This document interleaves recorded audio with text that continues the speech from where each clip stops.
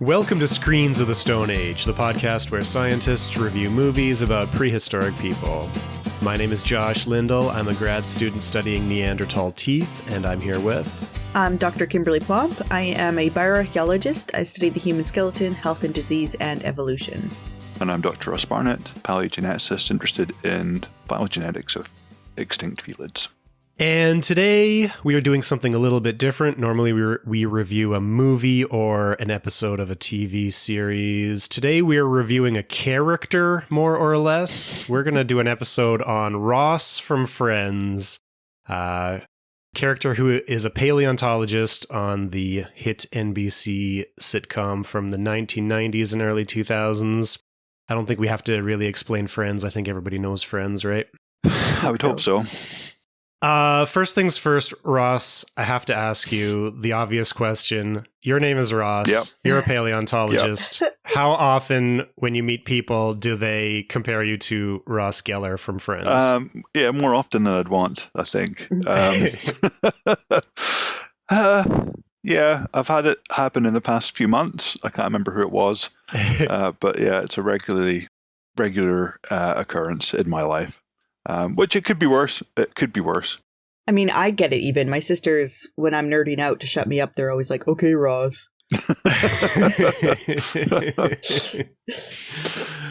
So I think we're going to have lots to talk about in this episode. Also, while I was doing research, Ross, I came upon one of your blog posts where you're actually talking about Ross Geller from Friends. Mm-hmm. So I know that we're going to have stuff to say. Yeah. Oh, I read that. So obviously we don't have a single movie or episode to summarize. What we are working off of is a YouTube playlist that I made, and I'll share that in the show notes if anybody wants to follow along.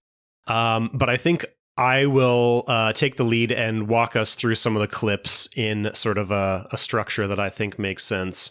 And so... one of the things to start with, I think, is museums. Throughout the series, Ross initially works at a museum. Later on, he gets a job as a professor at New York University. But in the first 6 or so seasons, we have a lot of museums in this show. Starting with, I think, episode 2 of the entire series might be the first time we see a museum. It opens on a museum where I added this clip sort of at the last minute, so I hope that you guys caught this one. We open on Ross and a coworker, Marcia, creating a display. Now, one of the things we should say right off the bat is Ross is supposed to be a dinosaur paleontologist based on the way he usually talks, but a lot of the time he's doing palaeoanthropology, it seems, or geology. Pleistocene, or geology. We'll talk about some geology too, or Pleistocene megafauna paleontology. So it's a little unclear. In this episode, he and Marcia are setting up a diorama of human prehistory. And they have a little conversation. Ross says, doesn't she seem a little angry, referring to the mannequin that he's setting up? And Marcia says, well, she has issues. Do you think it's easy trying to live with Mr. Hey, I'm evolving? He's out banging other women over the head with a club. Bingo. Mm-hmm. Right? Yeah. Straight off. While she sits at home trying to get the mastodon smell out of the carpet. And Ross says, Marcia, these are cave people. They have issues like, gee, that glacier is getting kind of close. I think this exchange sort of encapsulates generally the way paleontology or paleoanthropology is portrayed. It's sort of like a little joke before we get into the real story, right? Mm-hmm. Yeah. And I thought it was interesting that this museum that they're in, the section that they're working on, the diorama, is the Museum of Prehistoric History. Which is a bit of a kind of contradiction. I was trying to think of a good analogy. It's like the Museum of Untoasted Toast or something. Yeah, like or that. The Museum of Genuine Fakes or authentic replicas, that kind of thing. You can't have both. It'd be one or the other. Yeah, you can't be prehistory and history at the same time.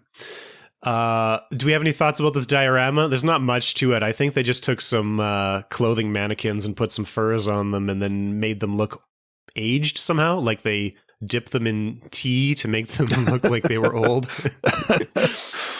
Yeah. I mean, it is weird that he's supposed to be the dinosaur guy, but at his work, he always seems to be hanging out with non-dinosaur things. There is a clip that I didn't find one on YouTube to include in the playlist, but they're planning a wedding. I don't know. There's various weddings in the show, and Ross is talking with Joey, and they're like, Joey's like, I know it's your party, but I want to limit the number of scientists we invite to this. And Ross is like, okay, let's not invite any of the anthropologists. Just invite the dinosaur dudes. Or in one of the clips, he slags off some of the other disciplines when he says botanists are such geeks. Yes. While wearing a dinosaur tie. Yeah, I love it. So I don't know if we have too much to say about this diorama. There's not much to it, really. Let's move on to the next clip where this is actually a few clips that we can put together. But in season 2, episode 15, the one where Ross and Rachel ... basically Ross and Rachel hook up for the first time in the museum, which is quite romantic, I think. I don't think Rachel appreciates it as much as most people would, or at least any of us would. Yeah, most people doing a lot of lifting there, I think. We have a few clips that sort of combine in here that are separate on our playlist, but basically throughout the episode, Ross and Rachel are supposed to go on their first date, but things keep getting in the way, and so Ross keeps getting called into work, and he has to work late. And this starts with him getting a phone call where he says to the person on the other end of the line, whoa, Australopithecus isn't supposed to be in that display. No. Homo habilis was erect. Australopithecus was never fully erect. And then Chandler says, well, maybe he was nervous. This is a joke that recurs many times throughout the season. Many times. Friends loves this low-hanging fruit here. Yes. Maybe want to comment on, was Australopithecus fully erect? Yeah, they had a different gait and like a different type of bipedalism than us. Like their feet and legs didn't move exactly like us, but they were bipedal. They had orthograde spines. Yeah, I feel like we don't really use the word erect that much. No, we don't. Unless we're making jokes. I think we would say that Homo habilis is Homo erectus is an obligate biped, and Australopithecus, maybe Homo habilis, are maybe a habitual biped, maybe not obligate biped. Is this a good terminology that we would use instead of erect? Yeah. I mean, they had adaptations in their shoulders and hands that suggested they could still move in the trees easier than we could, but that essentially their skeletons look like their main form of locomotion would have been bipedalism. Okay, later on we get, I don't know if I actually had a clip for this one on our playlist, but there is a sort of scene in between where Ross and Rachel are at the museum in one of the displays, and Ross says, I can't believe this. Look, Homo habilis hasn't even learned to use tools yet, and they've got him here with clay pots. Why don't they just give him a microwave? And Rachel says, clearly, honey, he'd have no place to plug it in. But that is particularly egregious to be putting clay pots with Homo habilis. Homo habilis is like 2.5 million years ago, and clay pots come into the picture like 10 or 15,000 years ago at the earliest, right? Mm. Yeah, but Homo habilis is the reason why it was named Homo habilis, which is handyman, is because they thought that it was the first taxon to use stone tools. We don't know for sure because there's multiple taxa alive at the time that we're finding our first stone tools. I think there's 2 or 3 Australopithecine species, Paranthropocene species, and Homo habilis. And until we find a rock tool found in the hand of one of them, we can't necessarily say who for sure was making them or if it was just one species. But that's why there's been arguments that Homo habilis should actually be called an Australopithecine, because the only reason why it was named Homo habilis is because put in Homo is because of the assumption that it made stone tools. Its brain size is not that much larger than Australopithecine. And the body size too, right? Yeah. I mean, this is something Brent does a lot. I noticed from the clips that Josh sent is that they have Ross talk utter bollocks with just sort of science-sounding words in there. Mm-hmm. And it's almost deliberately bad. Like it sounds like they know enough that they could make it make sense, but they decided it'd be funnier not to. Yeah. Well, then, following this scene, eventually Ross and Rachel end up hooking up at the museum where he takes a hide out of this display, and they have a little picnic on the, maybe not a picnic, they have a little cuddle on the planetarium floor, and then they wake up in the morning in the Homo habilis display to a group of, seems like Catholic school children looking at them. Which I think is when Ross gets fired from the museum in real life, right? Yeah, Yes. you would think that would have serious professional repercussions. Mhm.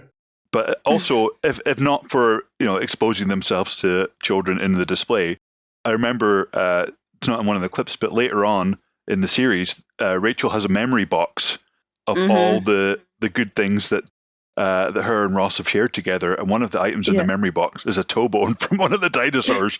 And she brings it out, and Ross is like, "Yeah, we've been looking for this for several months." There's a team of people looking for this. Yeah. Okay, we got one more museum clip here. This is from a later episode where Ross gets Joey a job as a tour guide at the museum, and Joey doesn't seem to really understand anything that he's talking about. And so he's taking a group of school children into this room with a lot of anachronistic displays in the same room. And he points to a big skull and he says, okay, the mastodon is from the semi-late Jurassic period. And then this little kid says, isn't the mastodon from the Pliocene epoch? Which is correct. And not too much else happens here. They look at Ross making a display, and Ross does some magic tricks instead of looking like a serious scientist. We got a lot of stuff in this room, though, so we do have a mastodon skull. Is that a actual mastodon, or is it something else? Is it a mammoth? It looked like, I mean, it's hard to tell without tusks, unless you can see the teeth. But yeah, I mean, mastodon is a very wide-ranging term. Lots of things are mastodons in the same way that, lots of things are cats. So you've got various genera that could be described as mastodon. The latest one being Mammut americanum, the American mastodon, which is around in the Pleistocene up to the beginning of the Holocene. But then you've got other things that are called mastodon, like other members of the genus Mammut. You've got things like the gomphotheres, which occasionally get called mastodons, things like Ananchus, very early kind of proboscideans that would have been around in the Pliocene get called mastodon. But yeah, my elephant anatomy is not strong enough to say for definite, but it looks like it's definitely something in the elephant lineage, so not a million miles away from being a mastodon. The thing is that Ross says in another clip something about a mastodon being from the Mesozoic era. So yeah, we'll get to that. Joey one could just might as well pull that one up now. Yeah, Joey could just be repeating what Ross taught him, right? So he's just assuming that Ross knows. Yeah, because the Jurassic is in the Mesozoic, which is the age of dinosaurs. But mastodons are not. Yeah. No. This is just a sort of throwaway joke in between scenes like we see a lot in this show. Ross and Joey are playing some sort of ball game in the apartment. They're throwing a ball back and forth. And Ross says, when they found the remains of the Mesozoic mastodon, they discovered what appeared to be the remains of a Paleozoic amphibian in its jaws. How did it get there?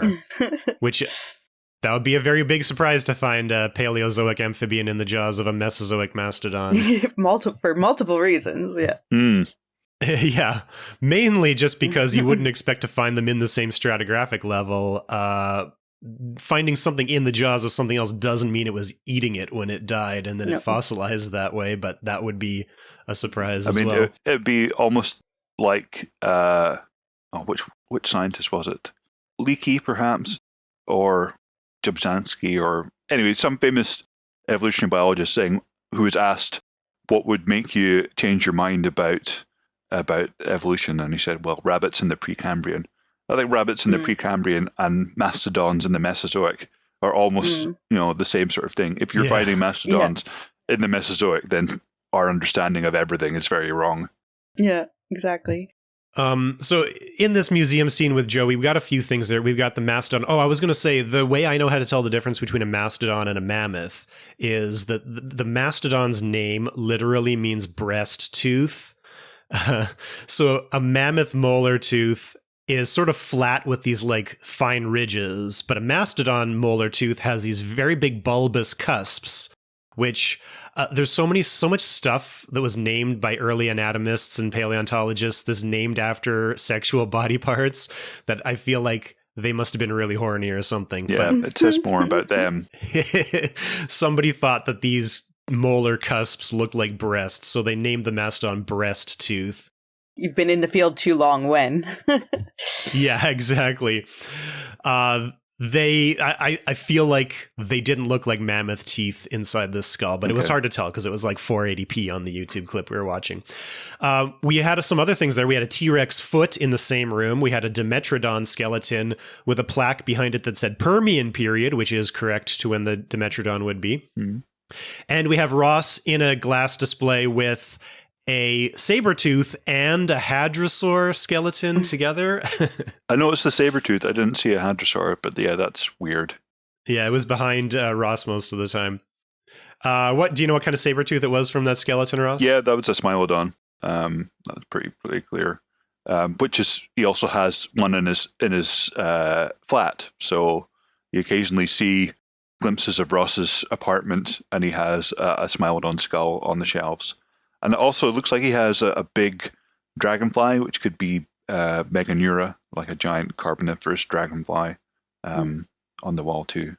Now, in doing some research for this, and I was kind of surprised with all these clips I found here, I think I've got more notes on this episode than anything we've done in like the last year. There is actually so much to talk about when it comes to Ross.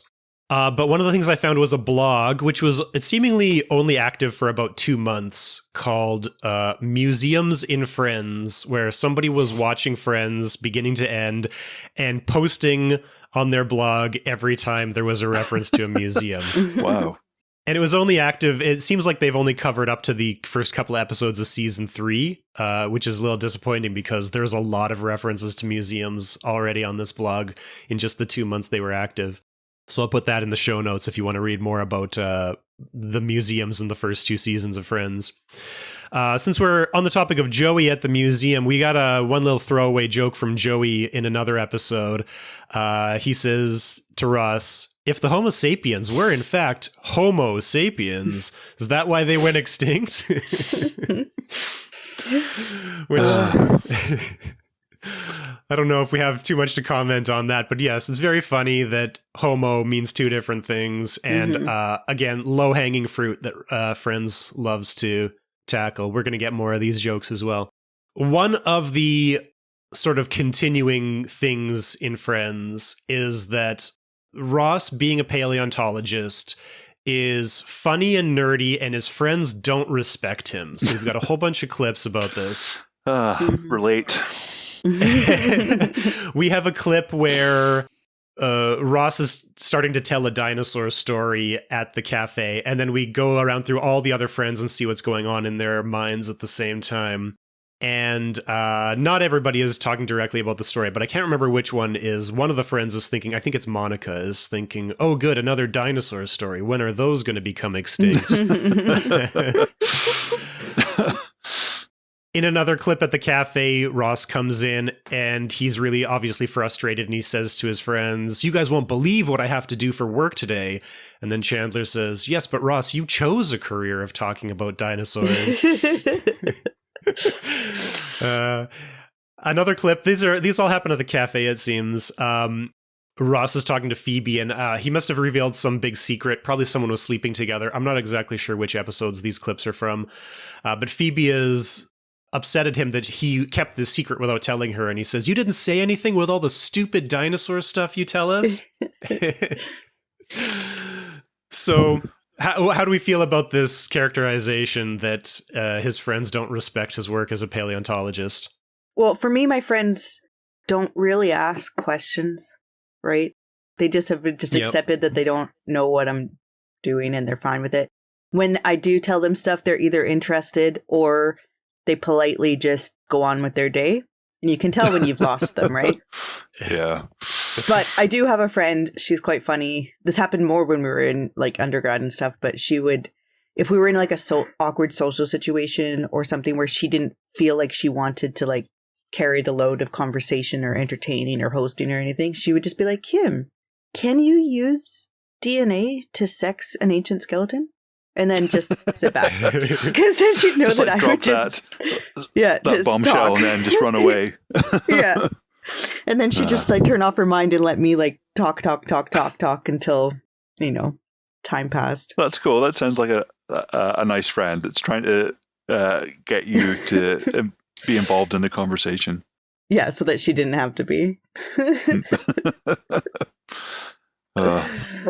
I feel like there is kind of an irony to this. What's the word I'm looking for? It's because on the one hand, I also have some friends that like to make fun of me for studying dinosaurs, which I don't do because I'm an anthropologist, right? And they know that, but it's the joke. But I have a nerdy job and they like to make fun of me for being a nerd. So on the one hand, that's true. But on the other hand, Friends started in 1994.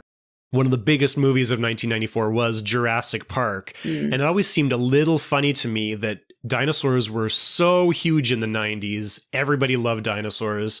Robert Backer referred to, a dinosaur paleontologist, Robert Backer referred to a dinosaur renaissance from like the 60s to the 90s where dinosaurs just got more and more popular, right? Mm-hmm.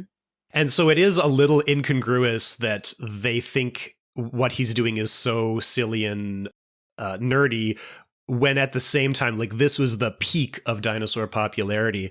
And I actually found a really cool paper that just came out in 2024 that I was reading to prepare for this by Amy Chambers and Daniela McCahey called 1990s Dinomania, Public and Popular Cultures of Paleontology from Jurassic Park to Friends. They basically compare Jurassic Park to Ross Geller from Friends, and they cover on this paper everything we're going to talk about and more. So we should tell the listeners we have not covered every possible clip of paleontology, but they note this sort of irony that at exactly the same time as Ross's friends are making fun of him for liking dinosaurs, everybody in the world was liking dinosaurs at like the most anybody ever liked dinosaurs, which is kind of interesting. Well, I mean, I remember watching the first episode of Friends when it came out. So this, 1994? Probably before either of you were born. But that's sweet. and Jurassic Park being out. And I was, a nerd in the 90s who liked that kind of stuff.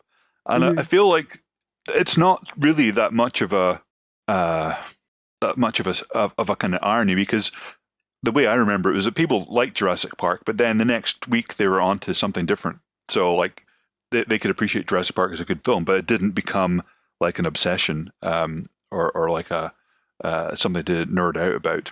And yeah, certainly having nerdy interests in the 90s wasn't an easy ride. And so it does ring very true, the fact that all his friends make fun of Ross, even though he's the only one with like a steady job, really, apart from Chandler. Chandler is a transponster, if I recall. He's always worried about the weenus. I remember that.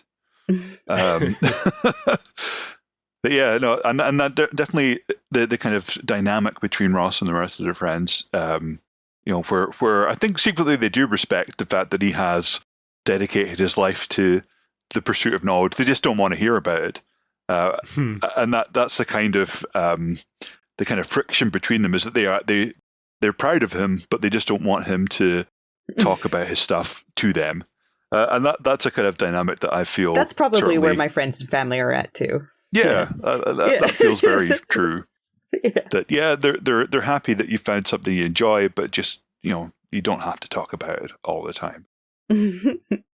Well, we've got another scene where Ross and Rachel are buying stuff for their baby, which they are not a couple at this point, but they are having a baby together because this is how the show works. They're on again, off again, whatever.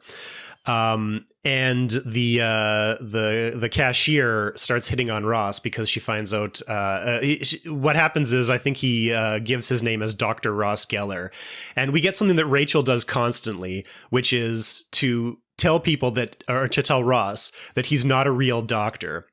Which, and again, it feels to me like Rachel is the one that disrespects Ross's career the most, which is ironic. But the cashier doesn't she's not fazed by this because she also finds out somehow Ross is like, oh, something that's near my gym. And she's like, wow, a paleontologist who works out. You're like Indiana Jones. And in my real experience, this is more what it's like when you introduce yourself to somebody and you're like, oh, I'm an archaeologist, or however you do it. And they're like, wow, that's really interesting. Most people, like apart from my direct friends who, are maybe sick of hearing about it and will make fun of it, most people find this stuff pretty interesting.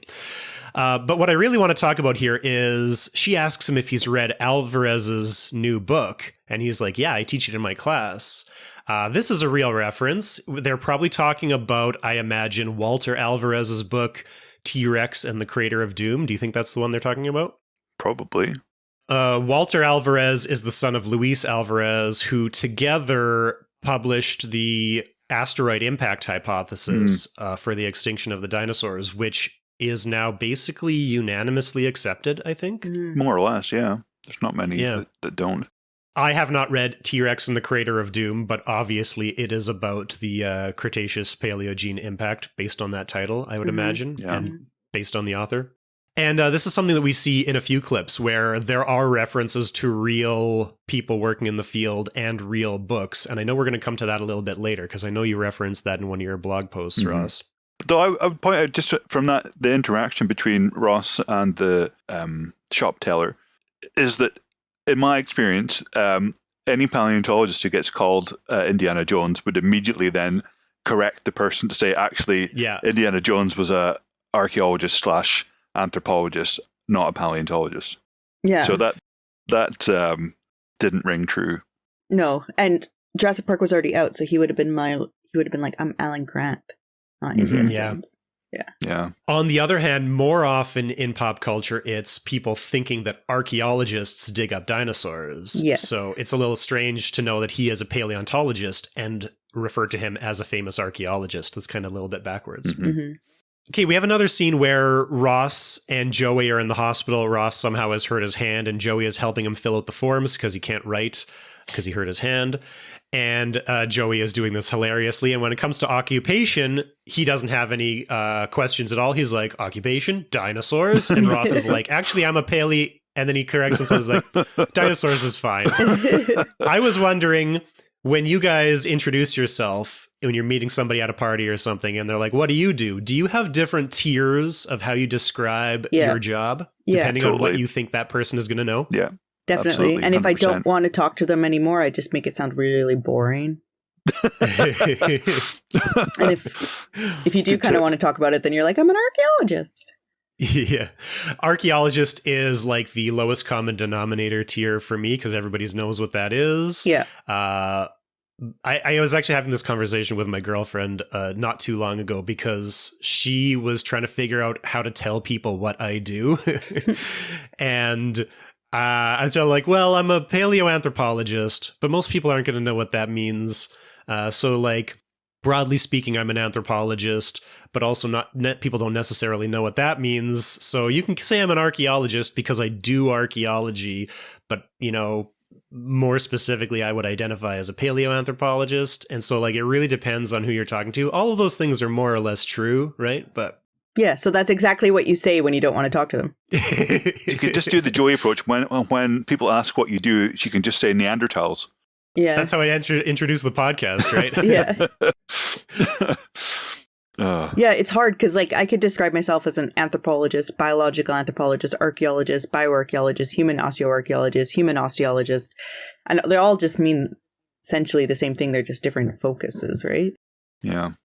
It's almost like a kind of phylogenetic tree. You have your basal kind of description. So for me, it could be I'm a biologist, or that, and then it can split into a kind of molecular biology or kind of molecular genetics, and then we could talk maybe more advanced about paleogenetics, archaeogenetics, phylogenetics, and then we could move into maybe ancient DNA, blah blah blah. And so it definitely depends on the kind of the dance of deciding how interested you are in telling the person and how interested you think they're going to be in hearing.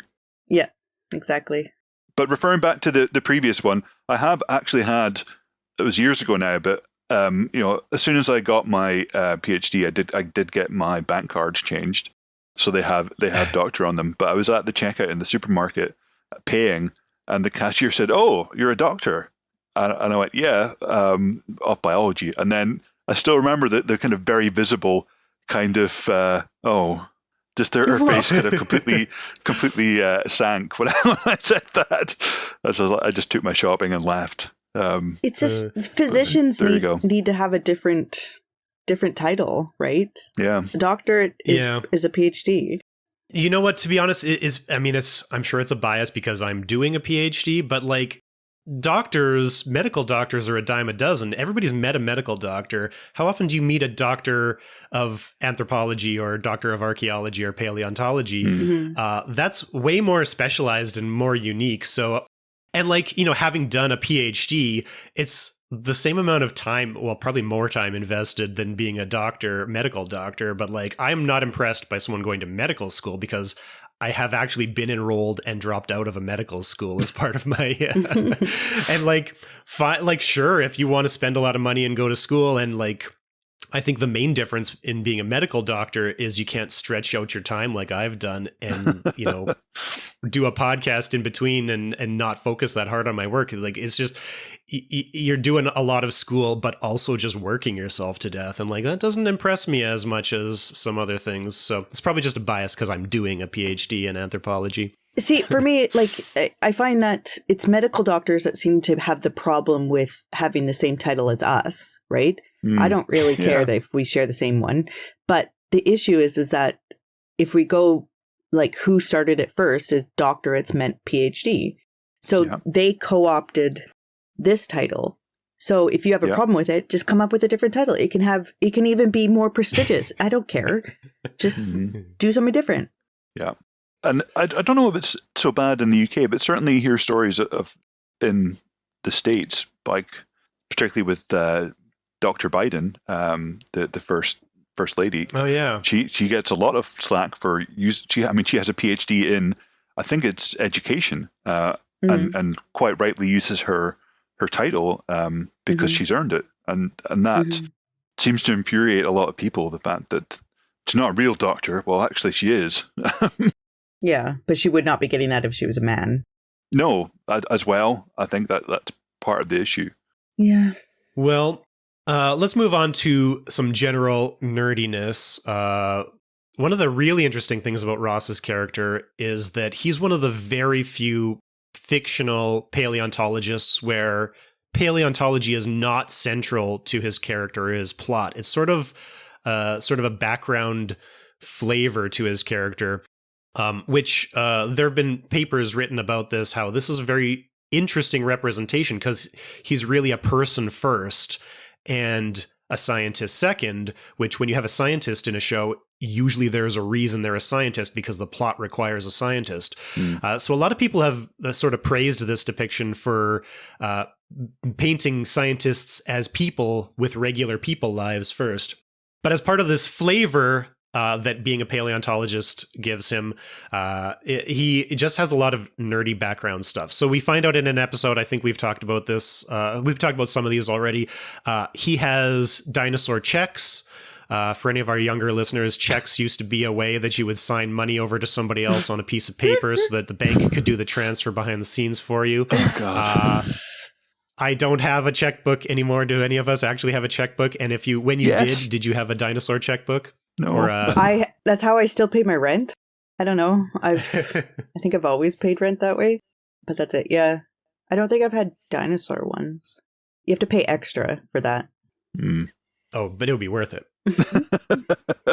Ross has a dinosaur tie in another episode. I think we've talked about this in a previous episode, but I've got a really cool scarf that says "When Dinosaurs Ruled the World," that looks like the banner from Jurassic Park. What's the nerdiest paleoanthropology or paleontology related clothing that you have?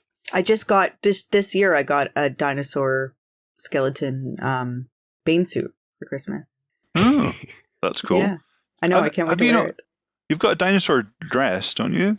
Yeah, Kim, I got a dinosaur dress. I got a shark dress. I've got a lot of dinosaur bed stuff. sheets, if I recall from a previous episode. Multiple ones. Yeah.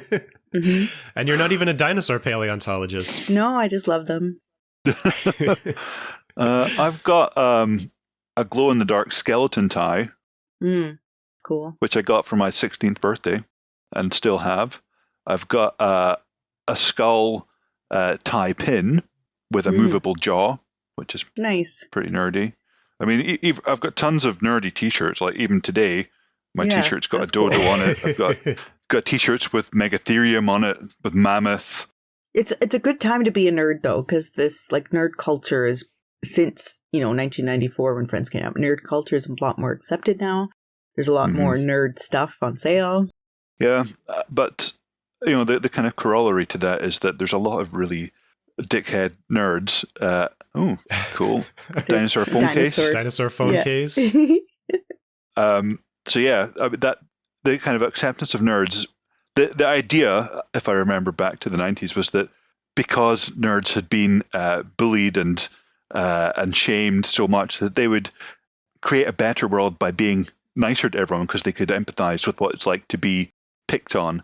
But instead, we've ended up with people like Musk and Bezos and Zuckerberg, people who don't seem to have learned any of the kind of empathetic or sort of social niceties that you'd hope would come from being picked on as a kid.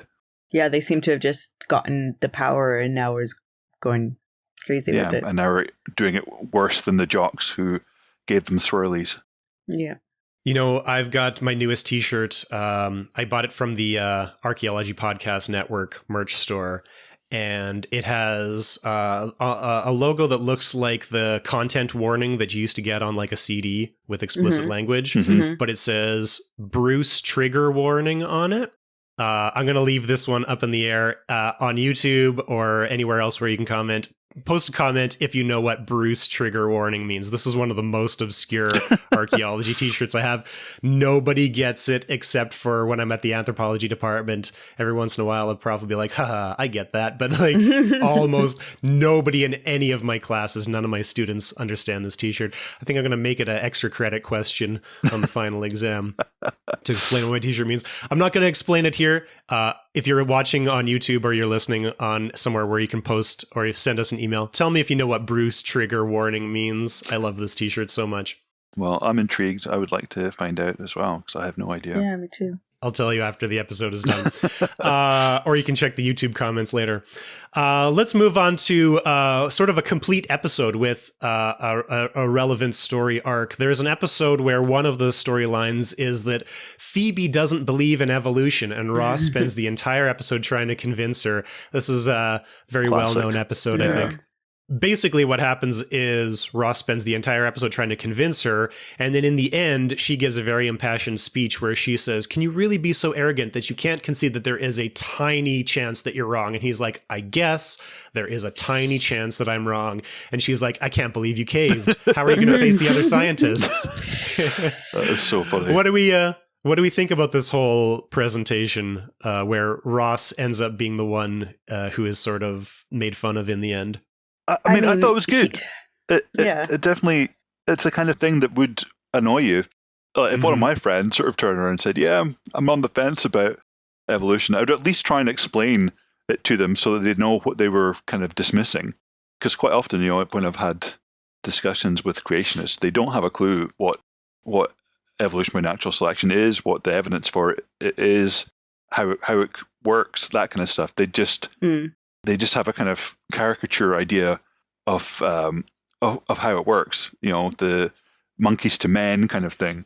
So I would, definitely. I think he does what any right-thinking scientist would do when their kind of friend falls down the rabbit hole. They try and kind of convince them that maybe they're wrong. But it is very funny that she does kind of bring him up and says, "Well, you're a scientist. You should be open to doubt," which we should be. And he decides, friendship's not worth falling out over. It's not worth making this too big an issue. I'm friends with this person. They have many good qualities. Although, interestingly, Lisa Kudrow has a bachelor's in psychology. So the actress that plays Phoebe actually is a scientist herself. Another strange little tidbit on the side is there is a real life paleontologist named David Schwimmer, which is the name of the actor who plays Ross Geller. Well, I don't know anything about his work, but I know that he exists.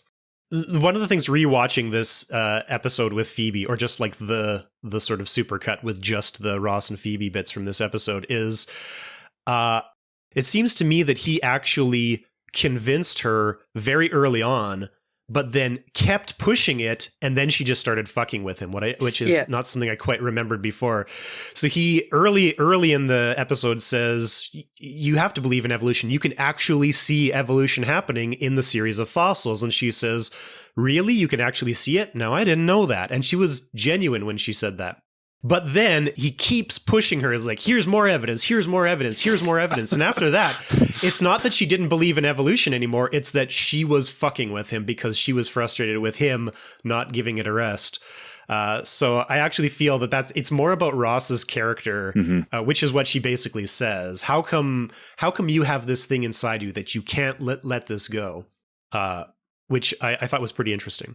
Yeah, it's a neat kind of character situation, and it very much, even as an evolutionary scientist, my sympathies are with Phoebe, because he is quite annoying, and he does push it, and she just does. I mean, she doesn't care. She doesn't not hardly anyone does have to care about how evolution works. I mean, that's a scientist's job, as long as everyone else doesn't legislate against teaching it or introduce nonsense into the kind of curriculum, then that's fine.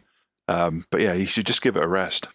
Next thing to talk about is, so Ross starts off his career at the Museum of Prehistoric History, and then at a certain point gets a guest lecture at New York University, and then becomes an adjunct professor at New York University in the paleontology department, which does not exist. There is no paleontology department at New York University.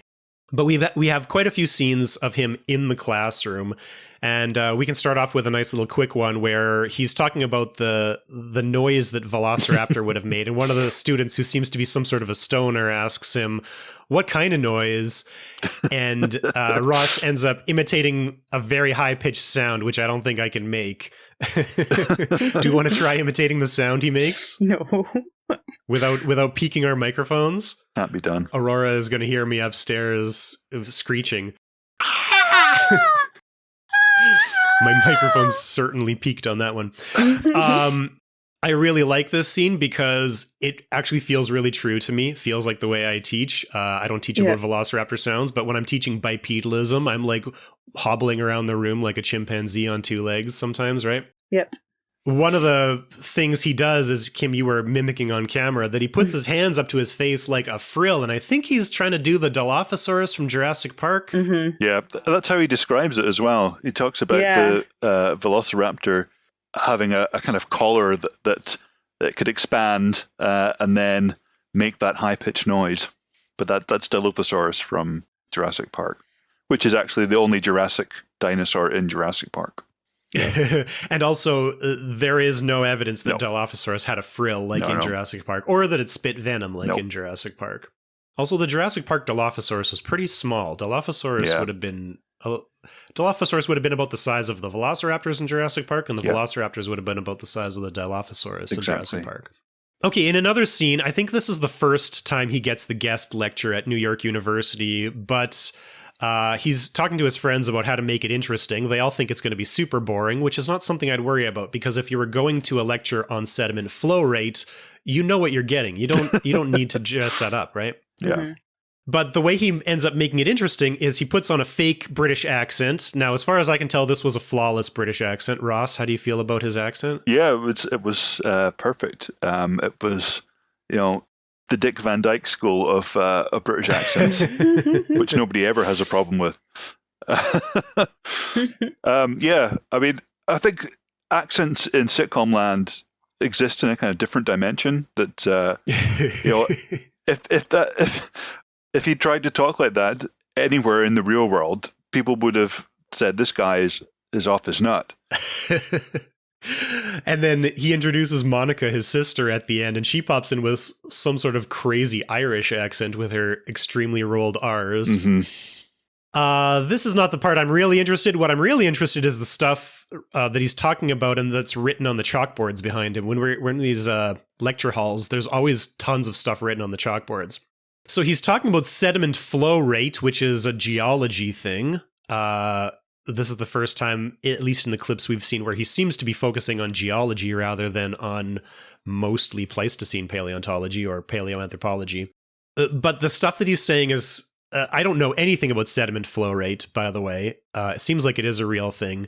But he seems to be talking about really basic geology stuff. Like on the chalkboard behind him, he just has definitions of igneous and sedimentary rocks written, which I think is something you're going to know long before you're learning about sediment flow rate. That's like stuff you learn in elementary school. He's talking about how he's talking about a guy named Rigby, and on the board it's written T. Rigby, and he says when Rigby got his samples back from the lab, what he thought was igneous was in fact sedimentary. And I think if it's sediment flow rate, maybe we're talking about sedimentary. But I spent way too long trying to figure out if Rigby was a real guy. I, in fact, found an Edward H. Ted Rigby, Rigby, who is an Australian hydrological engineer who he might be talking about, although this guy has really no profile online. He's probably retired, considering that he got his bachelor's degree in 1967. Is probably not this guy, but I couldn't find anybody else who was a Rigby, so I don't know if Rigby was a real person. The other thing is that on the chalkboard behind him, I thought the date said 1879, which would be totally out of line. But if it was 1979, then it's right in line with this guy's career. So I don't know. I'm sure you guys don't know a geologist named Rigby. No. Never met him. Let's move on to the other side of the room, because there's a chalkboard on the side which has a lecture schedule. So it has Ross Geller, Processes of Sediment Flow Rate, which is the lecture that we're watching. But it also has a lecture coming up on Tuesday called New Beginnings with Professor Lee. And below that it says Dr. Leakey, Olduvai Gorge. This is the first reference we get to Leakey, but not the last. And I couldn't quite understand. It seems like Professor Lee is giving a lecture on Dr. Leakey, and not that Dr. Leakey was giving a lecture, because there's no date associated with Dr. Leakey. It's just written underneath Professor Lee's lecture. Louis Leakey and the rest of his clan do work at Olduvai Gorge, except they misspell Olduvai Gorge. They spell it Olduvai Gorge, which is interesting. And then below that, we have language with Professor Mackey on Wednesday. And below that, it says Anthony Burgess and Quest for Fire. Now, we've talked about Quest for Fire, and I believe Anthony Burgess was the guy that came up with the conlang, the constructed language for Quest for Fire. Is that right? That does sound familiar. So I guess what's the stupidest thing that you've done in a lecture to make yourself sound more interesting? Did you ever put on a fake accent? I've never put on a fake accent. No, I've never. You don't have to. No, I don't have to. My accent sounds fake anyway. But yeah, if you haven't embarrassed yourself in front of your students, then you're not interested enough in the subject you're teaching. I think that would be exactly be the rule. Yeah. I don't know if I've brought out fake dinosaurs, but I brought out real fossils and kind of enthused about those. I find that when you're excited, though, even if you're geeking out and being embarrassing, students like it. It wakes them up. It gets them engaged, right? Yeah. They respond to enthusiasm. Yeah. Well, we have another scene with Ross in the lecture hall where he somehow has scheduled to teach 2 classes back to back across town. I feel like this is administration's fault. I feel like this is whoever's coming up with that schedule should have caught this. Yeah. But anyway, we have an episode where he's constantly trying to figure out how to get to these lectures back and forth. And he decides on roller skates eventually, which is the way to get there on time. But we've got 2 different classes that he's teaching, seemingly on dinosaurs. In his first class, he's talking about Greeley's theory of dominance, which I cannot find anything about this. No, I had a look as well and couldn't find anything that corresponded to. Everything I search for comes up with social dominance theory, and sometimes it pulls up stuff about Horace Greeley, who was, I don't know, an American newspaper editor, and possibly a politician later, who had some theories about like dominance in society, but none of it has anything to do with dinosaurs. So I don't know what he's talking about. Below Greeley's theory of dominance on the chalkboard, it just has like a food chain or a food web of dinosaurs, which doesn't make any sense. So it starts with on the first scene, I can't tell what the top of the chain is. It's a something saurus. Saurus is spelled incorrectly, Sauraus. I couldn't see what that dinosaur was. But then we have arrows from it to all the things that it eats and all the things that those things eat. So we have a something saurus going to a gallimimus, going to a coelophysis. A gallimimus eats a coelophysis. And then on the other side, we have an iguanodon, which in parentheses says duckbill, just so you don't forget that. I couldn't see any other dinosaurs on this slide, but already Gallimimus and Iguanodon are Cretaceous and Coelophysis is Triassic. So certainly a Gallimimus was not eating a Coelophysis. In the next scene where he's teaching in the same classroom here, he has another food web with different dinosaurs. It has Allosaurus at the top, in parentheses, hunts in packs. And then it has Allosaurus eating a Ceratosaurus, which eats a Struthiomimus, which eats something that started with an I couldn't read it, which eats plants. And then on the other side, we had Allosaurus eats sauropods, and then also Allosaurus eats hadrosaurs, and presumably both of those below them had eats plants. Now, Allosaurus and Ceratosaurus and sauropods, well, Allosaurus and Ceratosaurus are both Jurassic. Most of the famous sauropods that we know of, I think, are Jurassic. Struthiomimus and hadrosaurs are Cretaceous, so these food webs don't make any sense. Also, Allosaurus eating Ceratosaurus, I don't think makes any sense because while they both lived in the Jurassic, they're both carnivores. And from the very quick reading I was doing on Wikipedia, some people have suggested that they occupied different niches to avoid competition with one another. So probably not Allosaurus is eating Ceratosaurus. I don't know if Allosaurus hunts in packs. And then in another scene, in the other classroom, we have on the board written Cretaceous period, Hadrosaurus, duck-billed, 30 feet, head to tail, plant eater, swimmer, traveled in herds, 1858 discovery. All this seems to be broadly true. Now, the problem is he's pronouncing it Hydrosaurus, which is a little funny. It drove me nuts. And at this point, he's on roller skates, and so he goes over to the map, and he's like, now the Hydrosaurids, he says Hydrosaurids, which is the family that Hadrosaurids are the family that Hadrosaurus belongs to. He says, now the Hadrosaurids have been unearthed in two main locations, and he does this comedically and spins around on his roller skates and points at the map here and here. He's obviously, as an actor, not paying attention to where his pointer lies, but it lands on about Saudi Arabia and about Hong Kong.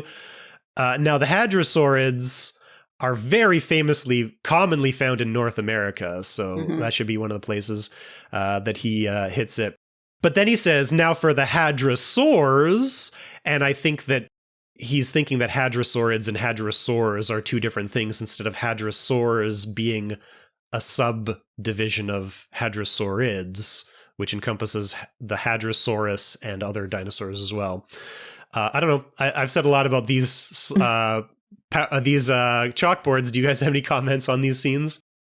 No, just very funny. I think David Schwimmer's a very funny actor and doesn't really get appreciated as much as he should because he's on screen with, Matthew Perry and Matt LeBlanc, who are also very gifted kind of comedic actors. But David Schwimmer's, he kind of fully commits to this. And so he is actually rollerblading all over the place badly. And that's a kind of real commitment to the bit.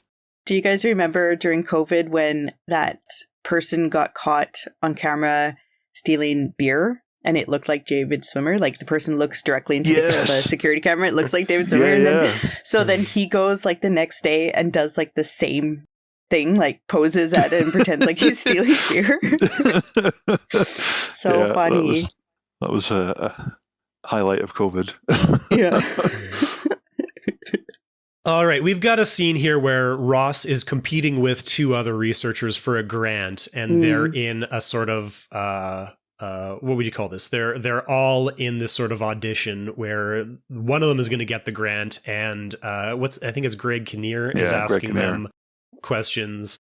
And it's quite funny because I can't remember the reason, but he's got a vendetta against Ross. So he's asking real questions of the other. He's the ex-husband of Ross's new girlfriend. Right. Yes.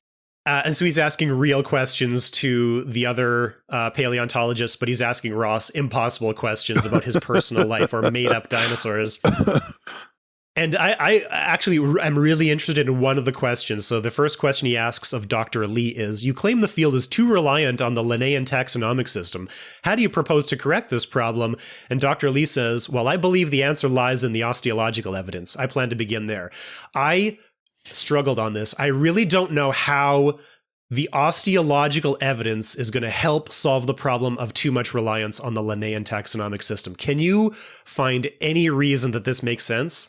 Well, no. I would assume my assumption is that this was a very basic, like shallow statement of like the speciation concept. And so that he would be looking into the osteological data to look for morphological groupings that aren't based on Linnaeus, but then that doesn't really make sense because that's where that comes from. Like, so we look at osteology to put them in Linnaean taxonomic groups. So I think that's where the confusion comes from. It's like he's almost doing like a circular argument there, right? So he's going to exactly. Like I'm really interested in taxonomy, and this is one of the things that my advisor and her team are kind of working on now, is sort of working on these taxonomic problems. But taxonomy is like a theoretical or a philosophical problem. It's not something that you fix with evidence. It's something that you fix that helps you understand the evidence better. Yeah. So I think it's too broad, too simplistic that it's not a real research project. Yeah, it's just sciencey words that they've written as writers. We're maybe just getting a bit too het up about it. But is that oh no, that was before. So we didn't talk about how when Ross discovers that he has to do his talk on the sediment flow rate, he's discussing this in Central Park with the other friends. Right. And he's complaining about how, everyone says, Ross, you have to be sexy and funny. Well, I proved them wrong. Which is just a great line. It's amazing. It reminds me of the classic, I think it's Bob Monkhouse did it originally, who's a British comedian from the early days, but he was like, when I said I wanted to be a comedian, they all laughed at me. Well, they're not laughing now. Let's move on to this great scene at the library. And Ross, I know you wrote a blog post quite a while back about this one. Ross discovers that the section of the library where his book is housed is a place where nobody goes to look at books, but they just go to make out because nobody is actually looking for books there. He gets upset about this, and so he goes there to patrol it. Now, the first thing that happens is he talks about his book, but he also refers to it as his dissertation. And I was trying to figure out, is he referring to his doctoral dissertation as a book? Is that what it is at the library? Or did he write another book that he's also referring to as a dissertation? I thought it was his doctoral thesis that he was talking about, because they have to be stored in the library. That's how they become your doctorate. But they're in a different section. They're not with the books. Yeah, that's it. They're not usually grouped by subject, but they're just there. Here's the thesis from this university. And then also when the student grabs the book, it's too thin and it's like a published book. So I think it might be a book based on his dissertation is what I would assume. Yeah, that's another possibility. A lot of people will write a more popular book based on their doctoral dissertation and publish it as a book for like more general consumption. But when he's patrolling this area to prevent people from making out there, he refers to a couple of interesting things. He sort of asks these students who are obviously there to make out if they're just there to brush up on if they're interested in Dr. Chester Stock's musings on the Smilodon californicus, or if they're there to brush up on Merriam's views on evolution. Or no, he asked that of somebody else. Both of these are real people and real books, Ross, right? And I'm sure you're familiar with them because they're about Smilodon, which is your area of expertise, right? Totally. So Merriam and Stock wrote the classic and much consulted Felidae of Rancho La Brea, which looks at the tar pit bones and the cats from there. So that's mainly Smilodon and the American lion, but also the puma, jaguar, some of the smaller cats, bobcat, and things like that. So yeah, these guys are the real deal. They are scientists who study the palaeontology of California. And although Smilodon californicus doesn't exist anymore, that's back in the days of splitting up taxa into multiple smaller groupings. It's been subsumed into Smilodon fatalis, which is the North American species of Smilodon. But yeah, both Chester Stock and Merriam were experts on Pleistocene vertebrate fossils. So yeah, these are real books. We were just talking about this last episode when we were talking about La Brea, because we were talking about all the kinds of stuff that happened, all the stuff that's been found at La Brea. I believe we might have referenced one of Chester Stock's papers on the megafauna. The sort of number, yeah. Yeah. And if I'm not mistaken, there is a Teratornis merriami in the episode, which I assume is named after John C. Merriam. Is that right? And there's also there's Desmodus stocki, which is the kind of giant vampire bat that lived in the Pleistocene of North America, named after Chester Stock. So they both got Pleistocene species named after them. Now, I have a bit of a theory here. Friends is set in New York, but it's filmed in Los Angeles. I have a feeling that the writers took a little field trip to the museum at the La Brea tar pits, wrote down a few things off of the displays, and plugged that into their script here. What do you think? Makes sense. Absolutely makes sense. Okay, the last thing to finish up our review of Ross here is there's one episode that sticks in my mind really heavily. It's actually a couple of episodes spread where Ross becomes the keynote speaker at a big conference in Barbados. Barbados? Yeah. Bermuda? Bermuda? Or whatever, I'll just rent a car and drive there. So it starts off where he has a meeting with some professor about becoming the keynote speaker. And again, he's talking to his friends about how to make it sound interesting. They think it sounds too boring. And in fact, this professor must think it's too boring because he falls asleep in the meeting. Okay, but I've had this happen. So I wasn't interviewing for a keynote speaker. I was interviewing for a job. And it was at an American university, so it was one of those 2-day-long interviews. And in that, you sit down and have a meeting with the dean of the school. And so I sit down with the meeting of the dean, and I'm sitting on the couch, and he's sitting on a chair across, and he's asking like the regular questions, and he literally falls asleep. And so I just felt really bad. You didn't get the job? I didn't get the job, but I don't think that's the reason. I just felt so bad for him because it was not a normal time to fall asleep. Like I wasn't really talking a lot. Like it was a conversation. So it was back and forth, back and forth, back and forth. And then like, I swear he just fell asleep like almost mid-sentence. So I was like, he is so tired. And I could tell like from pictures around the office that he had young kids and stuff. So I just let him sleep. Right. So you didn't jump onto his lap and wake him up and say, I got the job. That's great. No, I just let him sleep. And then he woke up and I don't think he realized he fell asleep, or at least he didn't realize that he fell asleep long enough for me to realize he fell asleep. So he just like woke up and continued the conversation. So I didn't embarrass him. I just let it happen. He must have been so tired. Very kind of you, Kim. I don't think I would have had that magnanimity if it was me. I mean, I've had people fall asleep in lectures for sure. Like that's just to be expected, whether it's students or not. And weirdly, it's always the person that's asleep that your eye gets drawn to, and then you just can't look away. You're just there, like willing them to wake up. Yeah, I have fallen asleep in lectures, so I don't judge them. Oh yeah, same. Through undergrad, I slept all the way through undergrad. Yeah, me too. The 2:30 class, I just couldn't stay awake in the 2:30 class for some reason. It's so early at that point in the day. Yeah, it's just too early. I mean, come on. Carbonate sedimentology at 8 a.m. in Edmonton in the winter. So it was cold. It was dark. And you'd go into the lecture and he would start every lecture with a slideshow of cross sections of minerals. So he'd turn off the lights and the room was so warm and everybody just fell asleep. Okay, so Ross gets the keynote lecture because the guy fell asleep. When he wakes up, he's sort of like, oh, you gave me the keynote's speaker position. Thank you. And that works.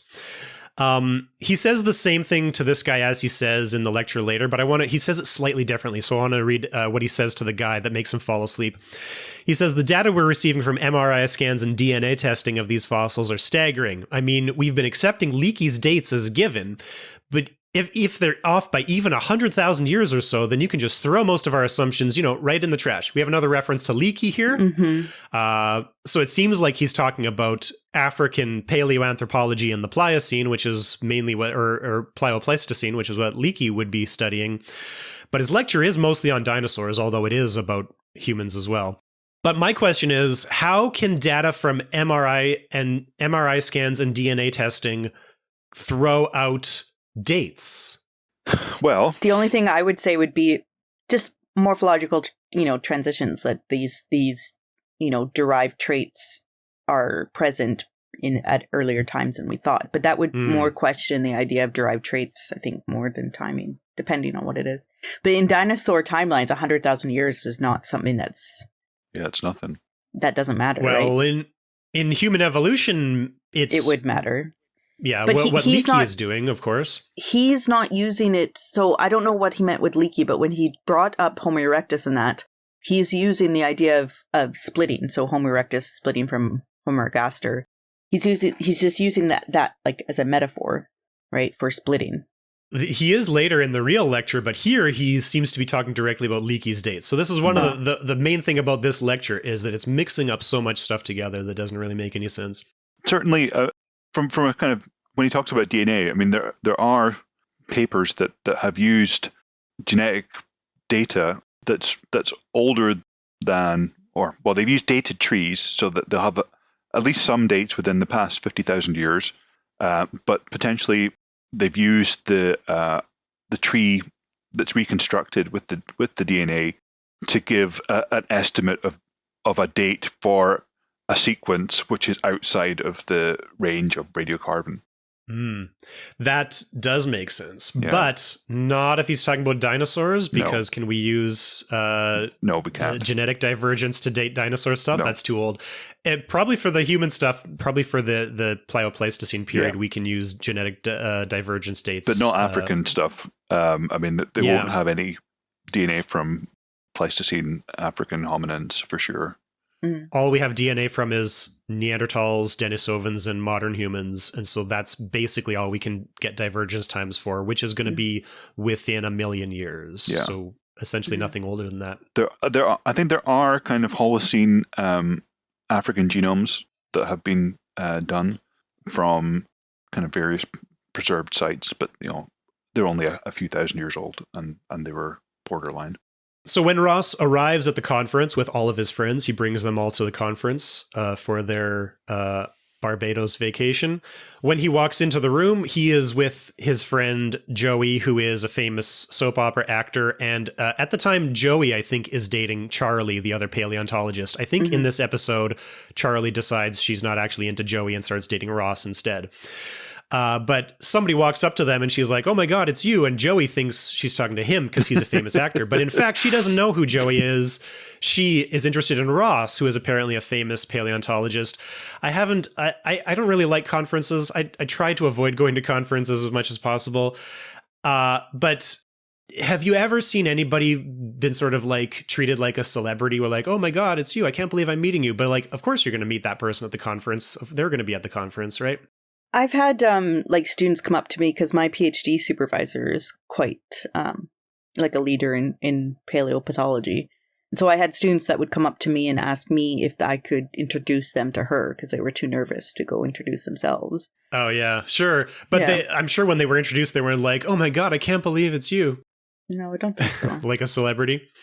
I mean, I've had that feeling myself meeting like people like John Hawkes, who I've met a couple of times. And like, man, I watch you on Netflix documentaries. Like there is sort of a celebrity feeling, but I feel like it's cringe to treat them like a celebrity when you meet them, It is cringe, but then the thing we know about people is that there are cringe people. People are just cringe. Yeah. I think it's also okay to let people get excited. I don't know. Absolutely. Like, if it's fun, let it be fun. As long as they're not like make you uncomfortable, I guess.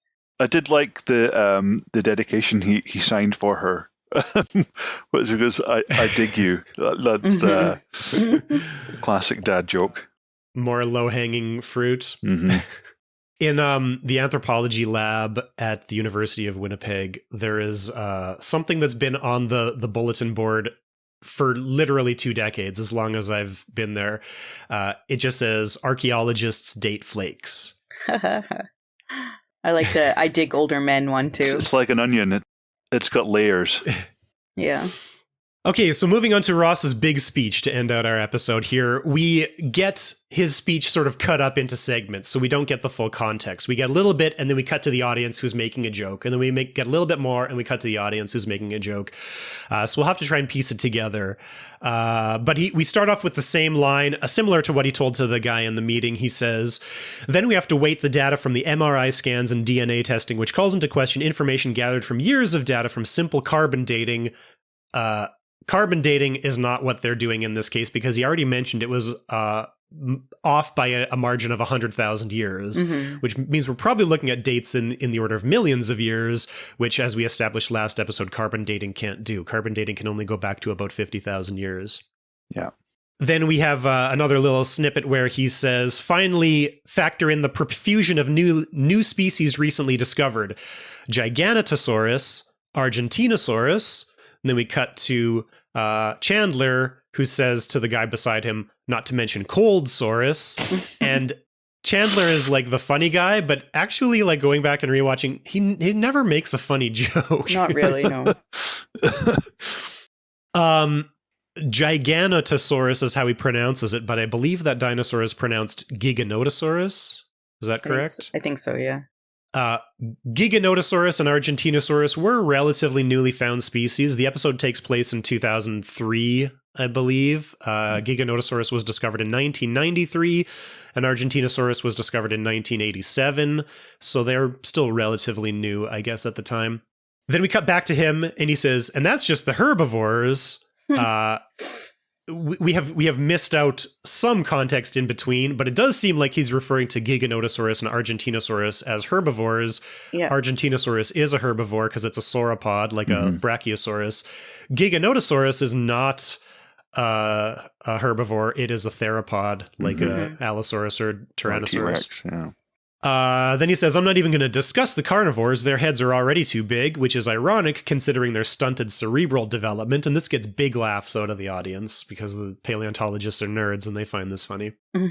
Then he says, but all kidding aside, in much the same way that Homo ergaster is now thought to be a separate species from Homo erectus,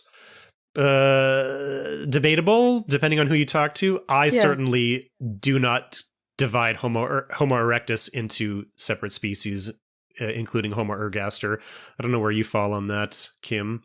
I don't, but like in a new paper that I'm about to publish, I put Homo ergaster because my co-authors wanted it. So I don't care that much, but yeah, my personally taxonomy is all philosophical. It doesn't really matter which names you use, and I don't think it should be split up. I mean, the main argument that I hear coming back about it is geography, right? And that to me doesn't, So Homo ergaster refers to African specimens, and Homo erectus generally refers to Asian specimens. If you say they're all the same thing, you just lump them together. But if you say they're different, then if you want to specify that you're talking about the African stuff, you can call it Homo ergaster. Yeah. And nobody will be confused because they know that Homo ergaster is only in Africa.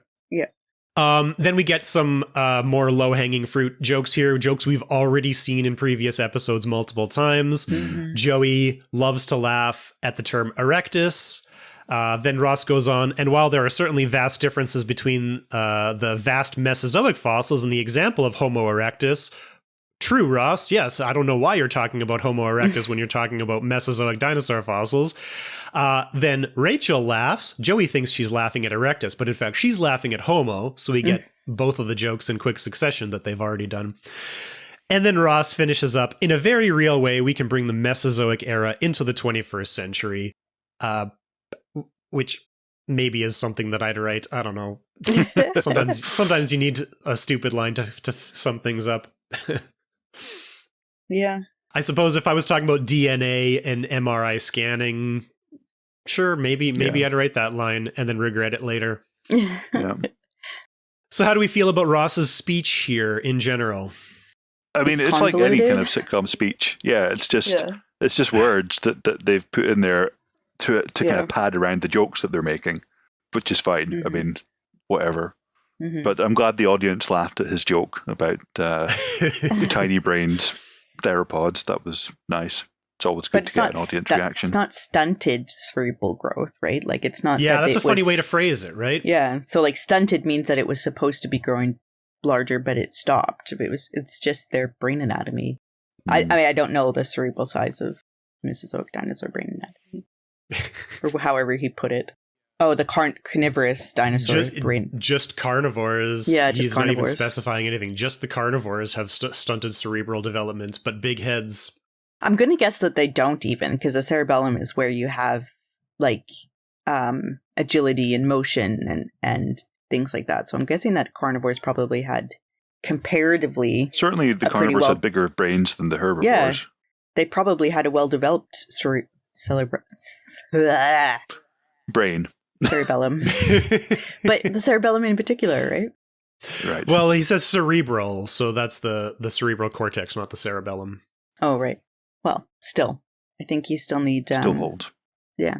Well, we're at the end of my notes. We got all the way through it. So what are our final thoughts about Ross? How is this for paleontology representation in media? Well, I don't understand. Why doesn't Ross, the largest of the Brens, simply eat the other Brens? I sure hope that our audience loves the Futurama references that we get in there all the time. No, I mean, I think Ross gets a lot of flack. Certainly, that's the kind of there's a bit of a backlash against him as being the most annoying of the Brens. But I've always quite liked him, maybe because we share a name.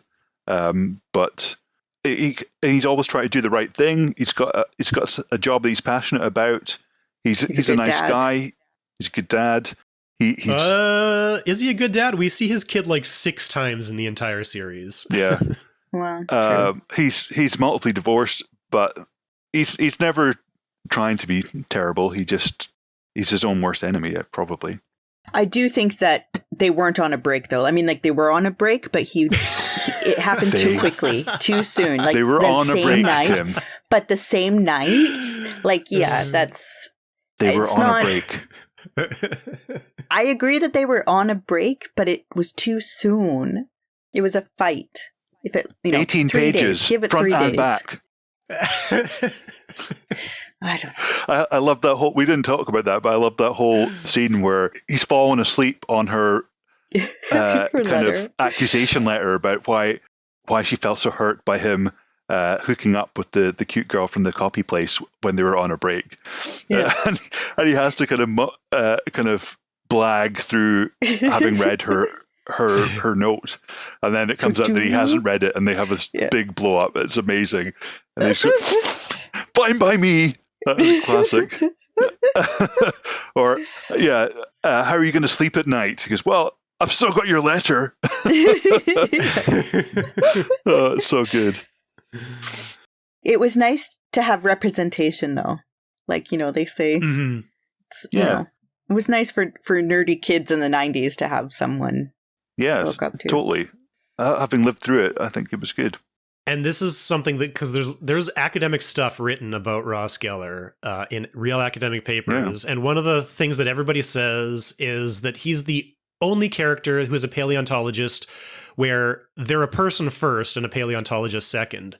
Yeah, and that's true. For all of us, like, some people are really obsessed with work and that's all you do, but I don't think that's us, because we take a lot of time out of our day to watch movies and talk about them, where, I'm not working on my PhD thesis right now. I'm watching Friends, right? So it is nice that he's a real person first, he's and paleontology is just his job. Yeah, when the first thing you think about him is not dinosaurs. It's him and Rachel, or married a lesbian, that kind of thing. He has much more to him than just his job. And it's also, I think it's also nice that his friends laugh at him and make fun of his job, which is that's what happens to people who are friends. They make fun of each other. But it's better than Chandler, where nobody even knows what he does. Totally. Yeah, completely. He's a transponster, I told you.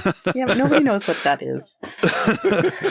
And he's very worried about the weenus. But I did read a good quote today about, the difference between Friends and maybe some of the more modern sitcoms where, they're supposed to have people with academic backgrounds in it. So I'm thinking of The Big Bang Theory. So that the quote was something like, if somebody has a PhD and they're laughing at them, it's Friends. If they don't have a PhD and they're laughing at them, it's The Big Bang Theory.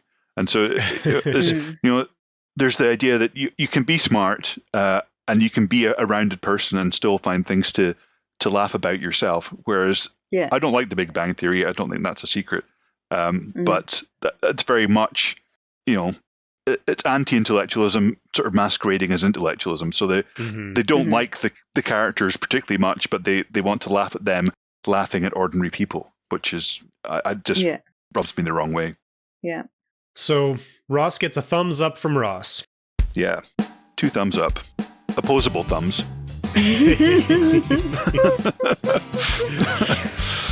That didn't convince Phoebe. No. Who actually in real life has a bachelor's in science. So there you go. If you've been enjoying Screens of the Stone Age, get in touch with us. Follow us on Twitter at SOTSA_podcast and on Facebook at SOTSA podcast, or send us an email to screensofthestoneage@gmail.com. Screens of the Stone Age is supported by the Palaeoanthropological Society of Canada. Find out more at pasc-scpa.ca.